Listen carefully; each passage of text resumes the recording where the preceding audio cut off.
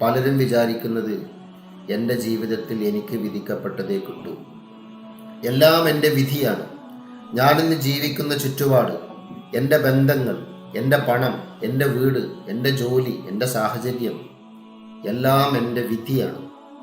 ഈ വിധിക്കപ്പുറത്ത് ഒന്നും നേടാൻ എനിക്ക് പറ്റില്ല.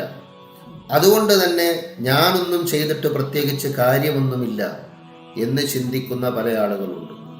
ഞാൻ നിങ്ങളോട് പറയുന്നു, ഈ ചിന്തകൾ അർദ്ധസത്യങ്ങളാണ്, പൂർണ്ണ സത്യങ്ങളല്ല.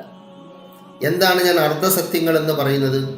എല്ലാം നിങ്ങളുടെ വിധിയാണ് എന്ന് നിങ്ങൾ പറയുന്നത് നിങ്ങൾക്കൊരു മാറ്റവും വരുത്താൻ റോളില്ലാത്ത, നിങ്ങളെ പിടിച്ചു കെട്ടി ഏൽപ്പിക്കപ്പെട്ടതുപോലെയുള്ള ചില നിയമനങ്ങളാണത് എന്ന അർത്ഥത്തിലാണെങ്കിൽ തീർച്ചയായിട്ടും അത് തെറ്റാണ്.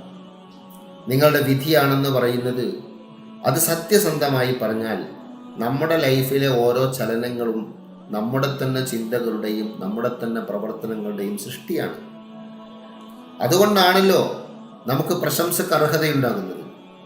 അതുകൊണ്ടാണല്ലോ നമ്മളെ ശിക്ഷിക്കാൻ അർഹതയുണ്ടാകുന്നത്. ഈ ലോകത്ത് ഒരാളുടെ ഒരു പ്രവർത്തനവും അത് പൂർണ്ണമായും വിധിയാണ്, അതിൽ അയാൾക്കൊരു റോളുമില്ല എന്ന് പറയുകയാണെങ്കിൽ ഏത് തെറ്റ് ചെയ്തവനെയാണ് ഈ ലോകത്ത് ശിക്ഷിക്കപ്പെടാൻ അർഹത ഉണ്ടാകുക? കാരണം അയാൾക്കും പറയാലോ, ഇതെൻ്റെ വിധിയാണ്, ഞാൻ അങ്ങനെ ചെയ്തതൊന്നുമല്ല എന്ന് പറയാം.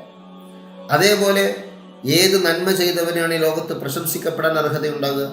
കാരണം അതും അയാളുടെ വിധിയാണ്.